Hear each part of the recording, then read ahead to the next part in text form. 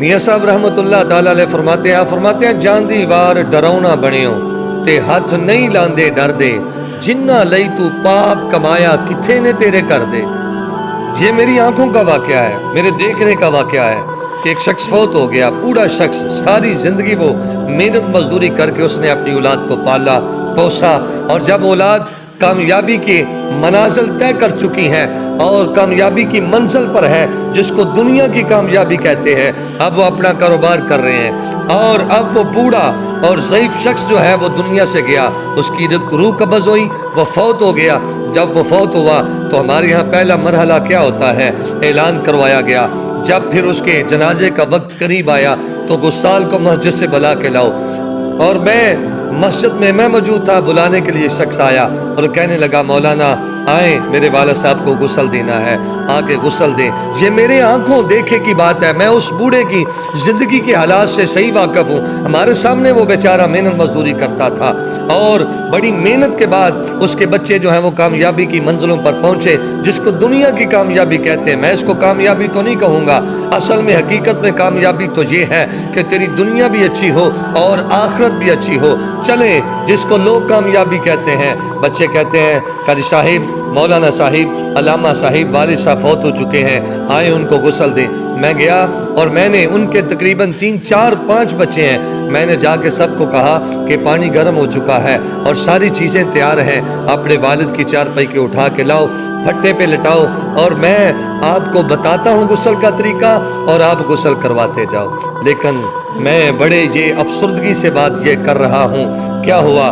وہ نوجوان کہتا ہے قاری صاحب ہمیں تو میت سے خوف آ رہا ہے۔ ارے دیکھو، وہی باپ جس نے تجھے پالا پوسا، اپنی جوانی تیری تجھے جوان کرنے کے نام کر دی تھی، آج جب اس کا غسل کا وقت آیا ہے اور دنیا کا آخری غسل ہے، اس کے بعد کوئی غسل نہیں ہوگا، آج وہ اس غسل میں جب تیرا محتاج ہے، جب اپنی اولاد کا محتاج ہے، تو اولاد کیا کہہ رہی ہے؟ کہہ رہی ہے علامہ صاحب مجھے تو اپنے باپ کی میت سے ڈر لگتا ہے۔ تو پھر میرے ذہن میں وہ میاں صاحب کی بات آ گئی، میں نے کہا وہ اللہ کا ولی سچ کہتا ہے، وہ رومی کشمیر سچ ہی کہتا تھا۔ اور جب میاں صاحب نے کہا تھا کہ جان دی وار ڈرونا بنیو، ہاتھ نہیں لاندے ڈر دے، جنہ لئی تو پاپ کمایا کتھے نے تیرے کر دے۔ یقیناً جب انسان دنیا سے جاتا ہے تو اس کے اپنے اس کو چھوڑ جاتے ہیں، اور جن پر اس کو بڑا مان ہوتا ہے سب سے پہلے وہی کہتے ہیں مولانا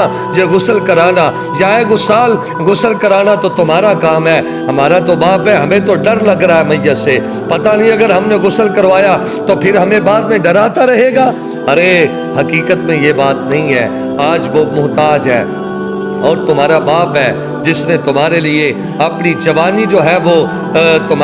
تمہیں جوان کرنے پر لگا دی اور تمہیں کامیاب کرنے پر پوری جوانی لگا دی، جس نے نہ دھوپ دیکھی ہے، نہ چھاؤں دیکھی ہے، نہ گرمی کی دھوپ دیکھی، نہ سردی کی چھاؤں دیکھی ہے، نہ سردی دیکھی، نہ گرمی دیکھی ہے، سب کچھ اپنے جسم پر اپنی جان پر برداشت کر کے جس نے آج تجھے پالا پوسا جوان کیا، جب آخری وقت اس کو تیری ضرورت ہے، چاہیے تو یہ تھا تو غسل بھی خود کرواتا، چاہیے تو یہ تھا تو نماز جنازہ کی نماز بھی خود امامت کرواتا، چاہیے تو یہ تھا کہ اپنی گود میں اٹھا کر قبر میں بھی خود اتارتا۔ لیکن بدقسمتی یہ ہے کہ ہمارے معاشرے میں ایسا رجحان ہے، جب بندہ دنیا سے چلا جاتا ہے تو یہ سارا کچھ کس نے کرنا ہے؟ مولوی صاحب نے نماز جنازہ پڑھانا ہے، مولوی صاحب نے غسل کرانا ہے، اور قبرستان میں لے کے جانا ہے تو قبر کا جو قدال ہے، جو قبر کھودنے والا ہے، اس نے قبر میں اتارنا ہے اور اس کے بعد اسی نے مٹی ڈالنی ہے۔ تو حضرات یہ زندگی اسی سے دیکھ لو، اسی واقعہ سے اندازہ لگا لو کہ ہم کتنے محتاج ہیں، اور ہماری اولاد جن کے لیے ہم اتنی کوشش کرتے ہیں، لیکن